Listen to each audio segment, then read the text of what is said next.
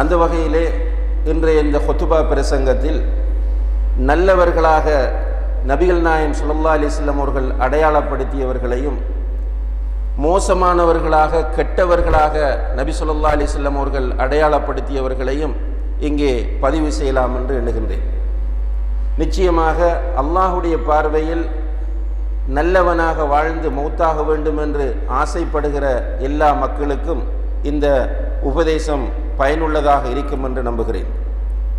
கண்ணியத்திற்குரிய சகோதரர்களே, அந்த வகையிலே நபிகள் நாயகம் ஸல்லல்லாஹு அலைஹி வஸல்லம் அவர்கள் நல்ல மனிதர்கள் என்று பலரை அடையாளப்படுத்தி இருக்கிறார்கள். அவர்களிலே ஒருவர் தான் ரசூலுல்லாஹி அலைஹி வஸல்லம் அவர்கள் சொல்லுகிறார்கள், தபரானியிலே பதிவு செய்யப்பட்டிருக்கிறது, ஹைருன் நாசி அன்ஃபஉஹும் லின்னாஸ், மனிதர்களில் சிறந்தவர்கள் மனிதர்களுக்கு அதிகமாக பிரயோசனம் தரக்கூடியவர்கள் என்று சொல்கிறார்கள். மனிதனை பொறுத்தவரையில் கூடுதலாக சுயநல சிந்தனை உள்ளவன், தானும் தன்னுடைய பாடும் என்று கூடுதலாக எண்ணக்கூடியவன் தான் மனிதன். இருந்தாலும் கூட நபிகள் நாயகம் ஸல்லல்லாஹு அலைஹி வஸல்லம் அவர்கள் சொல்லுகிறார்கள், மனிதர்களிலே சிறந்தவன் மனிதர்களுக்கு அதிகமாக பயன் தரக்கூடியவன். இதை இன்னமொரு ஹதீஸிலே அவர்கள் குறிப்பிடும் போது, அஹப்புன் நாசி இலல்லாஹ், அல்லாஹுக்கு விருப்பமான மனிதன், மிகவும் விருப்பமான மனிதன் யார் என்றால் அன்ஃபஉஹும் லின்னாஸ், மனிதர்களுக்கு அதிகமாக பிரயோசனம் தருபவன். எப்படி பிரயோசனம் தருவான்? யக்ஷிஃபு அன்ஹு குர்பா, மனிதனிடத்தில் காணப்படக்கூடிய துன்பங்களை துயரங்களை அவன் துடைப்பான். ஒரு மனிதனுக்கு ஒரு துன்பம் நேர்ந்திருக்கிறது, ஒரு துயரம் ஏற்பட்டிருக்கிறது என்றால் இவன் போய் அவனுடைய அந்த துன்பத்தை துயரத்தை நீக்குவதற்காக வேண்டி பாடுபடுவான். அவு யக்தி அன்ஹு தைனன், அல்லது ஒரு மனிதனுக்கு கடன் இருக்கிறது என்றால் அந்த கடனை எப்படியோ அடைத்து கொடுக்க வேண்டும் என்று இவன் நினைப்பான். அவு யத்ருது அன்ஹு ஜூஅன், அல்லது மனிதர்களுக்கு காணப்படக்கூடிய பசியை போக்குவதற்காக வேண்டி பாடுபடுவான் என்று சொல்லிவிட்டு அல்லாஹ்வுடைய தூதர் சொல்கிறார்கள், வல அன் அம்ஷி அமா அஹின் லீ ஃபி ஹாஜா, என்னுடைய ஒரு சகோதரன் ஒரு தேவையோடு இருக்கிறான், அவனுடைய தேவையை நிறைவேற்றுவதற்காக அவனோடு செல்வது என்பது அஹப்பு இலைய மின் அஅதகிஃப ஃபி ஹாதல் மஸ்ஜிதி ஷஹ்ரன், இந்த பள்ளியிலே நபி ஸல்லல்லாஹு அலைஹி வஸல்லம் அவர்கள் மஸ்ஜிது நபவியை சுட்டிக்காட்டி சொல்கிறார்கள், இந்த பள்ளியிலே ஒரு மாத காலம் இஅ்திகாஃப் இருப்பதை விட அதுதான் எனக்கு மிக விருப்பமானது என்கிறார்கள்.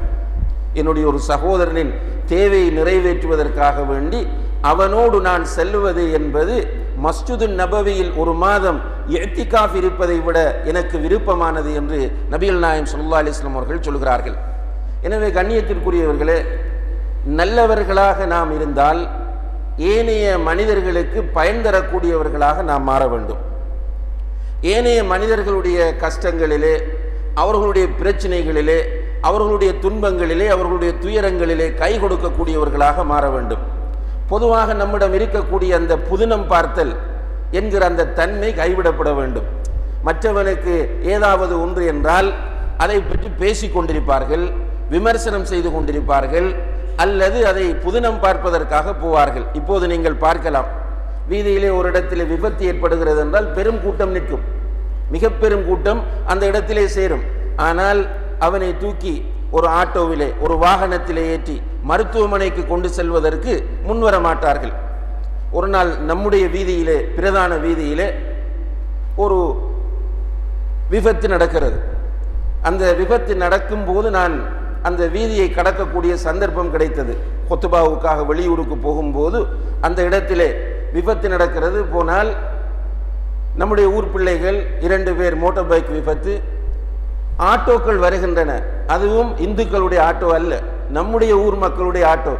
அதிலும் நான் பார்த்த மிக ஆச்சரியப்பட்ட ஒரு விஷயம் என்னவென்று கேட்டால், மார்க்கம், தாவா, தீன் என்று பேசி ஃபேஸ்புக்குகளில் எல்லாம் மிக காரசாரமாக எழுதக்கூடிய ஒரு சகோதரரும் அந்த இடத்தில் வருகிறார்.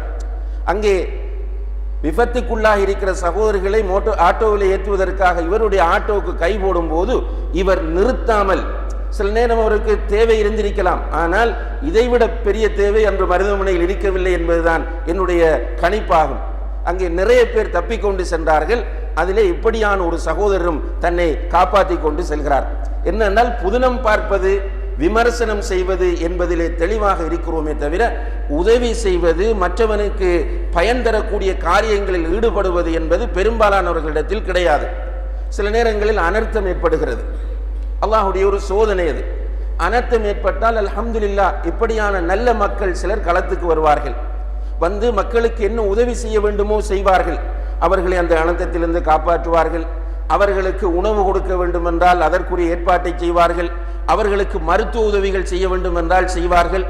இன்னும் ஒரு பெரும் கூட்டம் இருக்கிறது. எப்படிப்பட்டவர்கள் என்றால், நம்முடைய ஊர் பாசையில் சொல்வதாக இருந்தால் வைக்கல் கந்தலில் படுக்கக்கூடிய நாய்களை போன்றவர்கள். அவர்கள் செய்யவும் மாட்டார்கள், செய்ய விடவும் மாட்டார்கள். செய்கிறவர்களை பற்றி மிக மோசமான விமர்சனங்களை ஆதாரங்கள் இல்லாமல், உறுதிப்படுத்தப்படாமல் ரோட்ல போற வார செய்திகளை எல்லாம் கேள்விப்பட்டு அவர்களை தொல்லைப்படுத்தி கொண்டிருப்பார்கள். ஆனால் அவர்கள் செய்யவும் மாட்டார்கள் என்பது மிக கவலையான விஷயமாகும். எனவே அன்புள்ள சகோதரர்களே, அல்லாஹ்விடத்தில் நல்லவர்களாக இருக்க வேண்டும் என்றால் நாம் மக்களுக்கு பிரயோசனம் தரக்கூடிய காரியங்களை அதிகமாக செய்ய வேண்டும். வேறு வார்த்தையில் சொல்வதாக இருந்தால் பொது பணிகளில் கூடுதலாக ஈடுபட வேண்டும். இப்போ சமுதாயத்தில் வந்தால் ஃபித்னா தான் தெரிகிறது. நல்லது செய்ய வருகிறவர் சோதனைகளை சந்திக்கிறார். அவர் பள்ளிவாசல் தலைவராக இருக்கலாம், பள்ளிவாசல் நிர்வாகியாக இருக்கலாம், அல்லது ஊரிலே சில அனர்த்த முகாமைத்துவ குழுக்களை உருவாக்கி செயற்படுகிறவர்களாக இருக்கலாம், அல்லது இஸ்லாமிய பணிகளில் ஈடுபடுகிறவர்களாக இருக்கலாம். உங்களுக்கு தெரியும், நம்முடைய சமுதாயம் அவர்களை தொல்லைப்படுத்தி கொண்டே இருக்கிறது. அவர்களும் மன உளைச்சலுக்கு உள்ளாகிறார்கள் தான். இருந்தாலும் கூட அல்லாஹுடைய தூதர் என்ன சொல்கிறார்கள் தெரியுமா? மக்களுடைய தொல்லைகளுக்கு பயந்து ஒதுங்குகிறவனை விட, மக்களுடைய தொல்லைகளுக்கு பயந்து மக்களை விட்டு ஒதுங்கி தனியாக உட்கார்ந்து இருக்கிறவனை விட மக்களோடு சேர்ந்து அவர்களுடைய தொல்லைகளை பொறுத்து கொள்பவன் தான் சிறந்த மனிதன் என்று நபிகள் நாயகம் ஸல்லல்லாஹு அலைஹி வஸல்லம் அவர்கள் சொல்கிறார்கள். எனவே இவர்கள் சொல்லுவதை சொல்லட்டும், ஏசுவதை ஏசட்டும். ஒரு ஆறுதலுக்கு நாம் என்ன சொல்லலாம் என்றால், நபிகள் நாயகம் ஸல்லல்லாஹு அலைஹி வஸல்லம் அவர்களை விமர்சனம் செய்யும் போது நபி ஸல்லல்லாஹு அலைஹி வஸல்லம் அவர்கள், நான் பல தடவைகள் ஹுத்பாக்களிலே குறிப்பிட்டிருக்கிற ஒரு ஹதீஸ் தான், அவர்கள் புகாரியிலே வருகிற ஹதீஸ். ஒரு பங்கீடு செய்கிறார்கள். சஹாபாக்கள் மத்தியிலே இருந்த சில சதக்காக்கள் வந்திருக்கிறது. அந்த சதக்காக்களை பங்கீடு செய்யும் போது ஒருவராக அவருடைய பங்கை எடுத்துக்கொண்டு போகிறார். போகும்போது வழியிலே ஒருவர் நின்று கொண்டு அவரை ஹதீஸ்களை அறிஞர்கள் அடையாளப்படுத்தும் போது அவர் ஒரு முனாஃபிக் என்று சொல்கிறார்கள். அவர் இடையிலே போகும்போது நிற்கிற மக்களை சந்தித்து சொல்கிறார், ரசூலுல்லாஹி அலைஹி வஸல்லம் பங்கு வைப்பது சரி, ஆனால் நீதமாக நடக்கவில்லை.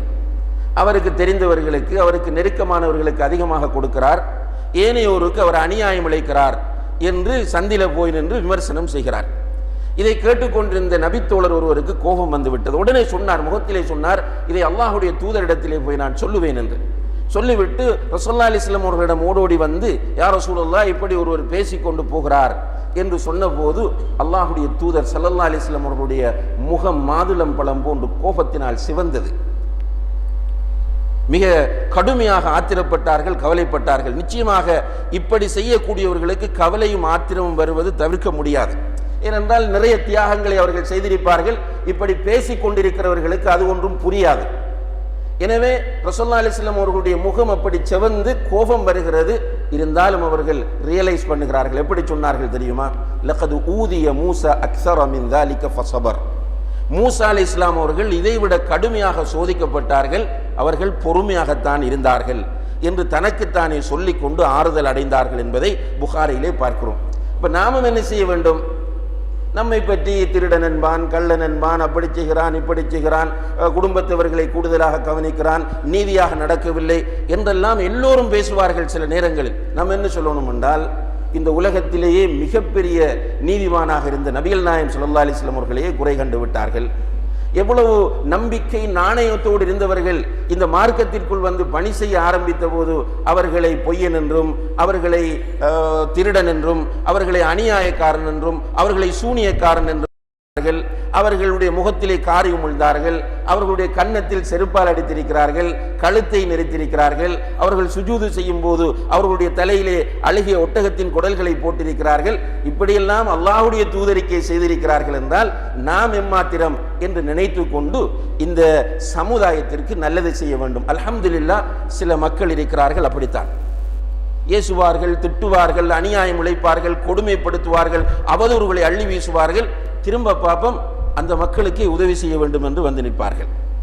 அவர்களுக்கு ஒரு துன்பம் கஷ்டம் என்றால் ஓடோடி வருவார்கள் அவர்களுக்கு உதவி செய்ய வேண்டும் என்று. இது உண்மையிலே அல்லாஹ்விடத்தில் இவர்கள் நல்லவர்கள் என்பதற்கு மிகப்பெரிய ஒரு அடையாளமாக இருந்து கொண்டிருக்கிறது. அடுத்ததாக ரசூலுல்லாஹி அலைஹி வஸல்லம் அவர்கள் நல்லவர்களுக்கு சொல்லுகிற இன்னும் ஒரு அடையாளம், ஹைருக்கும் மன் யுர்ஜா ஹைருஹு வ யுமனு ஷர்ருஹு.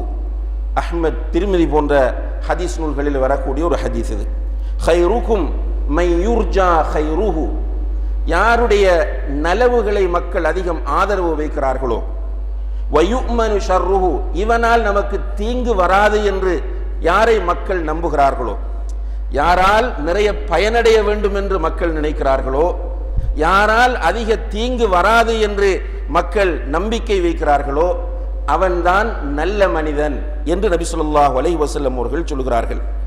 அன்புள்ள சகோதரர்களே, சமுதாயத்திலே வாழும்போது மக்கள் நம்மில் நல்லெண்ணம் வைக்க வேண்டும். இந்த அடிப்படையில் வாழ்வதற்கு அல்லாஹ்வை நேசிக்கக்கூடிய மக்கள் எப்போதும் தங்களை தயார்படுத்திக் கொள்ள வேண்டும். நபிகள் நாயகம் ஸல்லல்லாஹு அலைஹி வஸல்லம் அவர்கள் சஹாபாக்களோடு இருக்கும்போது ஒரு ஜனாசா கொண்டு வரப்படுகிறது. சஹாபாக்கள் அந்த ஜனாசாவை பாராட்டுகிறார்கள், புகழ்கிறார்கள். நல்ல மனிதர், மௌத்தாகிவிட்டார் என்று அவர்கள் சாட்சி சொல்லும் போது அல்லாஹ்வுடைய தூதர் சொன்னார்கள், வஜபத், வாஜிபாகிவிட்டது என்றார்கள். அதே போன்ற ஒரு சந்தர்ப்பத்தில் ஒரு மோசமான ஜனாசா கொண்டு வரப்படுகிறது. அந்த ஜனாசாவை பற்றி மக்கள் சொல்கிறார்கள், போனான், தொலைந்தான், மிகப்பெரிய தொல்லை, இவனால் நிம்மதி இல்லை என்று அவனை பற்றி மோசமாக சொல்லும் போது ரசூலுல்லாஹி அலைஹி வஸல்லம் அவர்கள் சொன்னார்கள், வஜபத், வாஜிபாகிவிட்டது என்றார்கள்.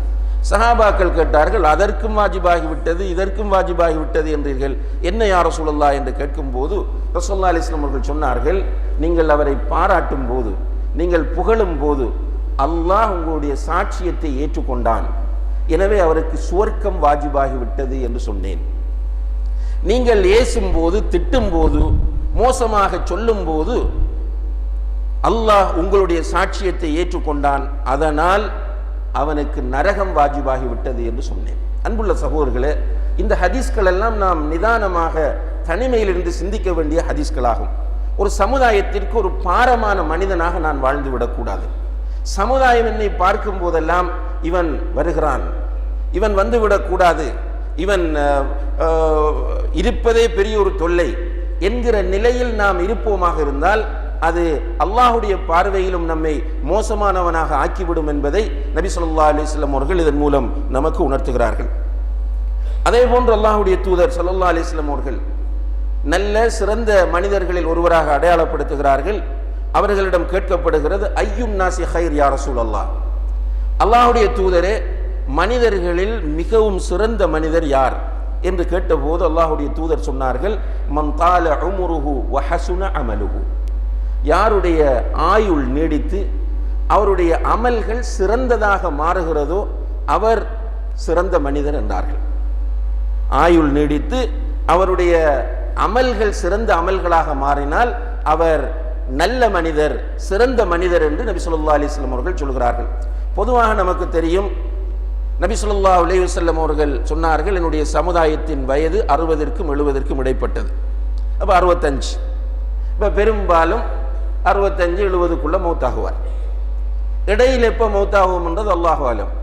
அல்லாஹ் 60க்கு மேலே நம்மை வைக்கிறான் என்று சொன்னால் உண்மையிலே நாம் நிதானமாக பயணிக்க வேண்டிய தேவை இருக்கிறது. அதுக்கு பிறகும் நாம் கெட்டவர்களாக, மோசமானவர்களாக, சமுதாயத்திற்கு அநீதி இழைக்கக்கூடியவர்களாக, சமூக விரோத செயல்களில் ஈடுபடக்கூடியவர்களாக இருந்தால் நாம் நல்லவர்களாக இருக்க முடியாது. அப்ப நல்லவன் யார் என்றால், ஆயுள் நீடிக்கிறது. ஒரு 60 தாண்டிட்டான், 60 தாண்டிய பிறகு அவன் என்ன செய்யணும், பள்ளியோட தொடர்பாகணும், சமுதாயத்திற்கு நல்ல பணிகள் செய்ய வர வேண்டும்.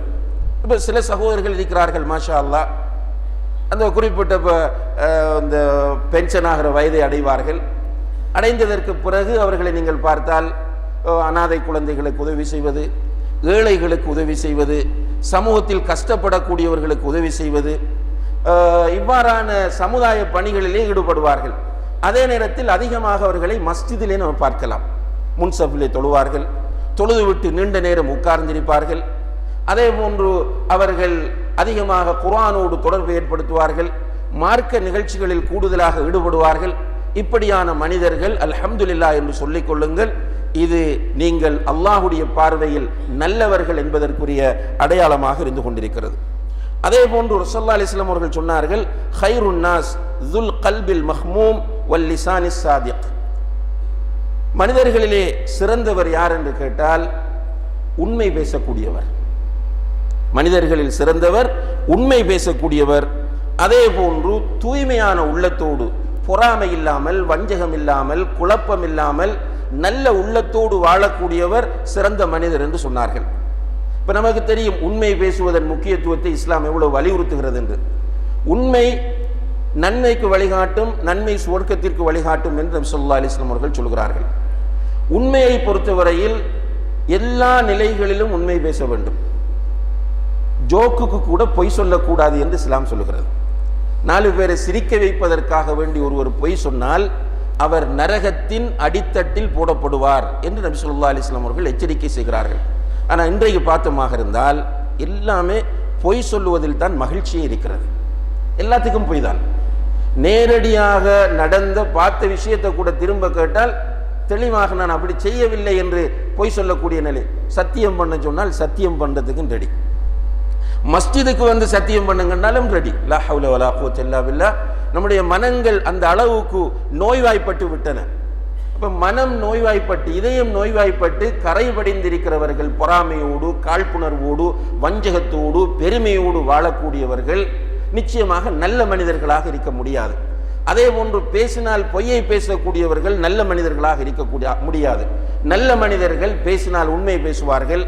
அதே நேரத்தில் அவர்களுடைய உள்ளம் பரிசுத்தமாக இருக்கும் என்று நபிகள் நாயகம் ஸல்லல்லாஹு அலைஹி வஸல்லம் அவர்கள் சொல்கிறார்கள். அதே போல அல்லாஹ்வுடைய தூதர் ஸல்லல்லாஹு அலைஹி வஸல்லம் அவர்கள் சொல்கிறார்கள், அலா உக்பிருக்கும் பிகைரி இபாதில்லாஹ். அல்லாஹ்வுடைய அடியார்களில் சிறந்தவர்களை நான் உங்களுக்கு அறிவிக்கட்டுமா என்று கேட்கிறார்கள். அல்லாஹ்வுடைய அடியார்களில் நல்ல மனிதர்களை, சிறந்த மனிதர்களை நான் உங்களுக்கு சொல்லட்டுமா என்று கேட்கிறார்கள். கேட்டுவிட்டு சொன்னார்கள், அவ்வஈஃப் அல் முஸ்தத்அஃப் ذுத்தம்ரைனி. அதாவது பலவீனமான மனிதன். பலவீனமான மனிதன் என்று சொன்னால் சமுதாயத்தில் அவனுக்கு பெரிய அந்தஸ்து இருக்காது. அவனை கேட்டால் யாருக்கும் தெரியாது. இன்னார் யார் என்று கேட்டால் பள்ளிக்கு காணுவோம், யார் என்று கேட்டால் தெரியாது. சமுதாயத்தில் அவன் பலவீனப்படுத்தப்பட்டிருப்பான். சமுதாயத்தில் பெரிய இடம் அவனுக்கு இருக்காது. அவன் ஆனால் அல்லாஹ்வுக்காக பணிந்து நடக்கக்கூடியவனாக அவன் இருப்பான். அல்லாஹ்வுக்கு பயந்து பணிந்து நடக்கக்கூடிய மனிதனாக இருப்பான். இவன் சிறந்த மனிதன் என்று நபிகள் நாயகம் ஸல்லல்லாஹு அலைஹி வஸல்லம் அவர்கள் சொல்கிறார்கள். இப்ப நம்முடைய பார்வையில் சிறந்த மனிதன் யார் என்றால், மக்கள் மத்தியில் ஃபேமஸாக இருக்க வேண்டும், மக்கள் மத்தியில் அறிமுகமாக இருக்க வேண்டும், மக்களிடத்தில் நிறைய கொடை கொடுக்கக்கூடியவராக இருக்க வேண்டும், பெரிய போஸ்டில் இருக்க வேண்டும். இப்படி இருந்தால் அவரை நல்லவர் என்று சொல்லுவோம். இப்போ சாதாரணமான ஒரு மனிதன், அவருடைய வீட்டில் ஒரு பொம்பளை பிள்ளை இருக்கு, நம்முடைய மகனுக்கு அந்த பிள்ளையை முடிக்கணும் என்று சொன்னால் உடனே என்ன சொல்றோம், இன்றைக்கு அந்த வீடு நமக்கு சரி வராது, அந்த குடும்பம் நமக்கு சரி வராது. ஏன்னு கேட்டால் இப்போ மகன் கேட்கிறான், அவன் விரும்பிட்டான் அந்த பிள்ளைய. மகன் கேட்கிறான், ஏன் வாப்பா? அவங்களோட அந்தஸ்து என்ன, நம்மட அந்தஸ்து என்ன? அவங்களுக்கு ஒழுங்கா இருக்கிறதுக்கு ஒரு வீடே இல்லை, யாருண்டே விலாசம் இல்லை. அப்படி இருக்கும் போது நம்ம யாரு? நாம் கோடீஸ்வரர். நம்மகிட்ட பெரிய வீடு இருக்கிறது, பெரிய பங்களா இருக்கிறது, பெரிய பிசினஸ் இருக்கிறது, சமுதாயத்தில் நம்மை பற்றி நிறைய தெரியும், நம்ம போய் அங்க முடிக்கிறதா என்று அந்த பிள்ளையிடத்தில் மார்க்கம் இருக்கிறது, ஒழுக்கம் இருக்கிறது, பண்பாடு இருக்கிறது, எல்லாம் இருக்கிறது. ஆனால் சமுதாயத்தில் அது ஒரு பெரிய டாக்டர் ஃபேமிலி, என்ஜினியர் ஃபேமிலி, போடியார் ஃபேமிலி என்று இல்லாத காரணத்தினால் அந்த பெண் வேணாம் என்று சொல்லக்கூடிய நிலையை பார்க்கிறோம். அடுத்த சைடும் இருக்கிறது. சில மாப்பிள்ளைகள் அங்கு இருந்தால் கூட மக்கள் மதிக்காத நிலையை பார்க்கிறோம். ஆனால் ரசூல் ஸல்லல்லாஹு அலைஹி வஸல்லம் அவர்கள் சொல்கிறார்கள், சமுதாயத்தில் மக்களால் பெரிய அளவு மதிக்கப்படாமல் அதே நேரத்தில் அல்லாஹ்வுக்காக பணிந்து சிம்பிளாக வாழக்கூடிய மனிதன் இருக்கிறானே, அவன் அல்லாஹ்வுக்கு மிக விருப்பமானவன் என்று நபிகள் நாயகம் ஸல்லல்லாஹு அலைஹி வஸல்லம் அவர்கள் சொல்கிறார்கள். அதே போன்று அல்லாஹ்வுடைய தூதர் சொல்கிறார்கள், ஹைருக்கும் ஹைருக்கும் லி அஹ்லி. உங்களில் மிக சிறந்த மனிதர், நல்ல மனிதர் யார் என்றால் உங்களுடைய மனைவிமாருக்கு யார் நல்லவராக இருக்கிறாரோ அவர்தான் என்றார்கள். இப்போ மனைவிமாரோடு நல்ல முறையில் இருப்பவர் மனிதர்களில் சிறந்தவர் என்று நபிகள் நாயகம் ஸல்லல்லாஹு அலைஹி வஸல்லம் அவர்கள் சான்று பகர்கிறார்கள். இப்படி பல நல்ல மனிதர்களை அல்லாஹ்வுடைய தூதர் ஸல்லல்லாஹு அலைஹி வஸல்லம் அவர்கள் அடையாளப்படுத்துகிறார்கள். இங்கே நாம் குறிப்பிட்ட இந்த ஒரு சில நல்ல மனிதர்களை வைத்து பார்க்கும்போது ரசூலுல்லாஹி அலைஹி வஸல்லம் அவர்கள் சுருக்கமாக அவர்களை சொல்லுகிற நேரத்தில் இப்படி சொன்னார்கள்: இன்ன ஹியாரக்கும், உங்களில் மிக சிறந்தவர் யார் என்றால் அஹாசினுக்கும் அஹ்லாகா, நல்ல பண்பாடுகள் உள்ளவர் தான் என்று சொன்னார்கள். இப்போ மனிதனிடத்தில் நல்ல ஒழுக்கமும் நல்ல பண்பாடும் வந்தால் நிச்சயமாக அல்லாஹ்விடத்தில் அவன் சிறந்தவனாக இருப்பான். நல்ல பண்பாடு இல்லை, பணம் இருக்கி, படிப்பு இருக்கி, பட்டம் இருக்கி, அழகு இருக்கி, அந்தஸ்து இருக்கி, சொத்து இருக்கி, அல்லாஹுடைய பார்வையில் அவன் நல்லவனாக இருக்க மாட்டான் என்பதை நாம் புரிந்து கொள்ள வேண்டும். எனவே எல்லாம் வல்ல அல்லாஹ் ஜல்ல ஷானஹு தஆலா இந்த உலகத்தில் அவனுடைய பார்வையில் நல்லவர்களாக வாழ்ந்து மரணிக்க நம் எல்லோருக்கும் தௌஃபீக் செய்வானாக. வ ஆகிரு தஅவானா அனில் ஹம்துலில்லாஹி ரப்பில் ஆலமீன்.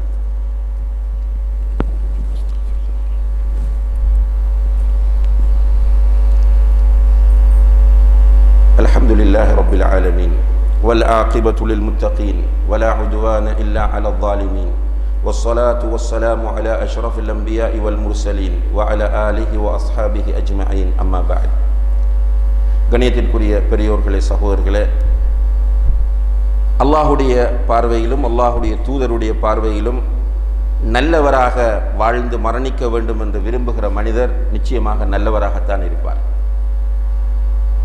நான் நல்லவன் என்று ஒருவர் நினைத்து கொண்டிருக்கிறார். ஆனால் அல்லாஹுடைய தூதர் நல்லவர்களுக்கு சொன்ன அடையாளங்கள் எதுவும் அவனிடம் இல்லை என்றால் அவன் தன்னைத்தானே ஏமாற்றிக் கொள்ளக்கூடிய ஒருவனாகவே அமைவான் என்பதை நாம் மறந்துவிட வேண்டாம். அடுத்ததாக அன்புள்ள சகோதரர்களே, சில மனிதர்களை நபி ஸல்லல்லாஹு அலைஹி வஸல்லம் அவர்கள் கெட்டவர்கள், மோசமானவர்கள் என்று அடையாளப்படுத்துகிறார்கள். அந்த லிஸ்டில் நாம் இருந்தால் அதிலிருந்து விடுபட்டு கொள்ள வேண்டும். அந்த ரசூலுல்லாஹி அலைஹி வஸல்லம் அவர்கள் மிக மோசமானவர்கள், கெட்டவர்கள் என்று கூடிய பண்புகள் நம்மிடம் இருக்குமாக இருந்தால் அந்த பண்புகளை நம்மிடமிருந்து அகற்றிக் கொள்வதற்கு நாம் ஒவ்வொருவரும் முயற்சி செய்ய வேண்டும். அந்த வகையிலே நபி ஸல்லல்லாஹு அலைஹி வஸல்லம் அவர்கள் சொன்னார்கள், சஹாபாக்கள் மனிதர்களில் நல்லவர் யார் என்று கேட்ட நேரத்தில் அல்லாஹ்வுடைய தூதர் சொன்னார்கள், ஆயுள் நீடித்து அமல்களும் சீராக சிறப்பாக செய்யக்கூடியவர் நல்லவர் என்றார்கள்.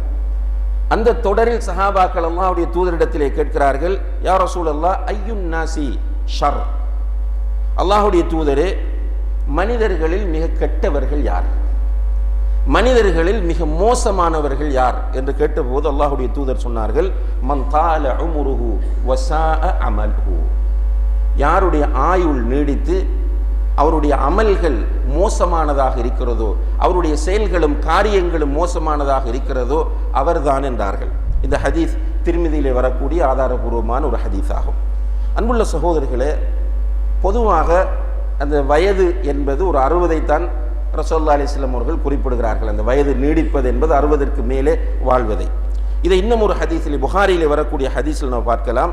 ரசூலுல்லாஹி அலைஹி வஸல்லம் அவர்கள் சொல்கிறார்கள், அஅதரல்லாஹு லம்ரிஇன் அഖர அஜலஹு ஹத்தா பல்லகஹு 60 சனா, ஒரு மனிதன் 60 வயதை அடைகிறான், அதற்கு பிறகு அல்லாஹ் அவனுக்கு எந்த நியாயங்களையும் வைக்க மாட்டான் என்று ரசூலுல்லாஹி அலைஹி வஸல்லம் அவர்கள் சொன்னார்கள். இப்போ நியாயம் வைக்கிறேன்னால் 60க்கு பிறகு மௌத்தானால் அல்லாஹ் கேள்வி கேட்பான், உனக்கு சிந்திப்பதற்கு டைம் தந்தன், படிப்பினை பெறுவதற்கு டைம் தந்தன், தௌபா செய்வதற்கு டைம் தந்தன், நீ எந்த டைமையுமே பயன்படுத்தாமல் உலக வாழ்க்கையிலும் பாவங்களிலுமே நீ மூழ்கி இருந்தாய், எனவே உனக்கு எந்த எக்ஸ்கியூஸும் கிடையாது என்று சொல்லப்படும் என்பதை நபி ஸல்லல்லாஹு அலைஹி வஸல்லம் அவர்கள் இந்த ஹதீஸில் குறிப்பிடுறாங்க. இப்போ வயது 60 தாண்டுது என்றால் நம்முடைய செயல்கள் சீராக வேண்டும். அது ஒரு முதிர்ச்சியான வயது. அது இந்த முதிர்ச்சியான வயதை உடையவர்களை இன்றைக்கு பார்க்குறோம், சிகரெட், கஞ்சா, பீடி, லேகியம், சாராயம் என்று அலைந்து திரிகிறார்கள். இப்படி ஒரு கூட்டம். அதே போன்று இன்னும் ஒரு சாரார் இருக்கிறார்கள். இப்படியான வயது நீடித்தவர்கள் பாலியல் துஷ்பிரயோகங்கள் சமூகத்திலே செய்யக்கூடியவர்கள், சிறுவர்களை சிறுமிகளை பாலியல் பலாத்காரத்துக்கு உட்படுத்தி பாலியல் துஷ்பிரயோகங்களிலே ஈடுபடக்கூடியவர்கள். அதே போன்று இன்னும் ஒரு கூட்டம் இருக்கிறது கேட்டால், உண்மையிலே இந்த வயதில் ஒரு 60 வயது என்றால் இந்த வயதில் அவர்கள் சமூகத்தில் முதிர்ச்சியோடு நடந்து கொள்ள வேண்டும். ஆனால் இவர்கள் என்ன செய்வார்கள் என்றால், வயது கூட ஆனால் கேவலமாக நடந்து கொள்வார்கள். மூட்டி விடுறது 2 பேரை, 4 பேரை ஒரு இடத்தை கூட்டி வச்சு ஊராண்ட பலாய கழுவுறது, அடுத்தவர்கள் மீது அவதூறுகளை பொய்களை அள்ளி வீசுவது, இப்படி செய்து கொண்டிருப்பவர்கள் உண்மையிலேயே மிக கெட்ட மனிதர்கள் என்று நபிகள் நாயகம் ஸல்லல்லாஹு அலைஹி வஸல்லம் அவர்கள் அடையாளப்படுத்தும். இதை விடவும் கேவலமும் கவலையும் வருத்தமும் என்னன்னா 60 வயசாயிடுச்சு, 58 வயதாகி விட்டது, 65 வயதாகி விட்டது, இன்னும் பள்ளிக்குள்ள கால்படாம நிறைய முதியவர்கள் நம்முடைய முஸ்லிம் பிரதேசங்களில் வாழ்ந்து கொண்டிருக்கிறார்கள். பள்ளிகளுக்கு பக்கத்திலும் இருக்கிறார்கள் என்றால் நிச்சயமாக இவர்கள் கெட்டவர்கள் தான். பள்ளிவாசலுக்கு பக்கத்தில் இருக்கிறாங்க, அதான் சத்தம் கேட்குது. ரசூலுல்லாஹி அலைஹி வஸல்லம் அவர்கள் சொல்லிவிட்டார்கள் என்னுடைய சமுதாயத்தின் வயது 60க்கும் 70க்கும் இடைப்பட்டது என்று. இப்படி சொன்ன பிறகும் மௌத்துக்கு மிக நெருக்கமாக இருக்கக்கூடியவர்கள், அவர்களுடைய வயதை ஒத்தவர்கள் அடிக்கடி மௌத்தாகி கொண்டிருக்கிறார்கள். இப்படி இருக்கும் போதும் பள்ளிக்கு போய் தொழுது தௌபா செய்து அல்லாஹோடு நெருக்கத்தை ஏற்படுத்துவோம் என்று நினைக்காமல் இருக்கிற முதியவர்கள் கெட்டவர்கள், மோசமானவர்கள் என்று நபி ஸல்லல்லாஹு அலைஹி வஸல்லம் அவர்கள் சொல்வது நிச்சயமாக உண்மையானது என்பதை நாம் புரிந்து கொள்ள வேண்டும். எனவே இப்படியான சகோதரர்கள் இருந்தால் தௌபா செய்து கொள்ளுங்கள். உங்களுடைய வீடுகளில் உங்களுடைய பெற்றோர்கள் உங்களுடைய சகோதரர்கள் இந்த வயதில் இருந்தால் அவர்களுக்கு இதை எடுத்து சொல்லுங்கள். இப்போ ஜும்மாவுக்கு வராமலும் நிறைய பேர் ஊருக்குள்ள இருக்கிறாங்க. புத்தி நல்லா கிளியரா இருக்கு, சொத்து பிரச்சனையா, மகன் காசு கொடுக்கலையா, அல்லது ஒரு கல்யாண வீட்டுக்கு கூப்பிடலையா, அல்லது வேறு ஏதாவது ஃபங்க்ஷனுக்கு அவங்களை அழைக்கவில்லையா, சண்டைக்கெல்லாம் போவாங்க, அதுக்கெல்லாம் பிரச்சனைப்படுவாங்க. ஆனால் மஸ்ஜிதுக்கு போக சொன்னா எனக்கு கஷ்டமா இருக்கு, ஜும்மாவுக்கு போக சொன்னா எனக்கு முடியாமல் இருக்கிறது, ஒரு பயானுக்கு போக சொன்னா நான் போய் என்ன பண்றது, இப்படி கேள்வி கேட்டுக்கொண்டு இருக்கிறவர்கள் இருக்கிறார்கள். முடியுமானவர்கள் உங்களுடைய குடும்பங்களில் உள்ளவர்களுக்கு இந்த செய்தியை எத்தி வைத்து விடுங்கள். அடுத்ததாக ரசூலுல்லாஹி அலைஹி வஸல்லம் அவர்கள் கெட்ட மனிதர்கள் என்று அடையாளப்படுத்துகிற ஒரு சாரார் யார் என்றால், ரசூலுல்லாஹி அலைஹி வஸல்லம் அவர்கள் சொல்கிறார்கள், பிஹஸபி இம்ரிஇன் மினஷ் ஷர்ரி அன் யஹ்கிர அஹாஹுல் முஸ்லிம். ஒரு மனிதன் கெட்டவன் என்பதற்குரிய போதுமான சான்று என்னவென்றால், ஒருவன் கெட்டவன் மோசமானவன் என்பதற்கு போதுமான சான்று என்னவென்றால், அடுத்த முஸ்லிமை அவன் இழிவாக கருதுவது என்றார்கள். அடுத்த சகோதரன் எப்படி இருக்கிறான் என்பதை நம்ம ஜட்ஜ் பண்ணவே முடியாது. ஏற்கனவே நம்ம பார்த்தோம், அல்லாஹ்வுக்கு மிக விருப்பமான சிறந்த மனிதன் யார் என்றால் சமூகத்தில் பெரிய அந்தஸ்து இல்லை, சமூக அந்தஸ்து அவனுக்கு கிடையாது. ஆனால் அவன் அல்லாஹ்வுக்காக பணிந்து நல்லவனாக வாழ்கிறான். இப்போ ஒரு மனிதன் ஏழையாக இருப்பான், கூலி தொழில் செய்வான், அதனால் அவன் அருவருக்கத்தக்கவன், சமூக அந்தஸ்து இல்லாதவன் என்ற அந்த எண்ணம் உள்ளங்களில் இருந்தால் அதை துடைத்து விட வேண்டும். மனிதர்கள் எல்லோருமே பலவீனமானவர்கள், மனிதர்கள் எல்லோருமே அல்லாஹுடைய அடிமைகள், மனிதர்கள் எல்லோருமே தங்களுடைய வயிறுகளில் மலத்தையும் சலத்தையும் சுமக்கக்கூடியவர்கள், மனிதர்கள் எல்லோருமே மௌத்தாக வேண்டியவர்கள். கடைசியில் மனிதன் பிறக்கும் போது எல்லா மனிதர்களுமே நிர்வாணத்தோடு பிறக்க வேண்டும். கடைசியில் போகும்போது எல்லோருக்கும் பொதுவான கஃன் துணிதான் என்பதை நம்ம புரிந்து கொண்டால் எல்லாம் சிம்பிளாகிவிடும். சில நேரம் பணம் வந்துட்டு, பணம் பிறக்கும் போது வந்துச்சான்னு கேட்டால் இல்லை, அல்லாஹ் உங்களை சோதிப்பதற்காக பணத்தை தந்தான். இந்த பணம் உங்களிடம் வந்திருக்கிறது என்பதற்காக நான் நினைத்ததை எல்லாம் செய்வேன் என்று உடன்பிறப்புகளை ஒதுக்கி தள்ளுவது, நண்பர்களை ஒதுக்குவது, பக்கத்து வீட்டாரை ஒதுக்குவது. என்னென்று கேட்டால் அவர்கள் நம்முடைய ஸ்டேட்டஸுக்கு நான் பணக்காரன்.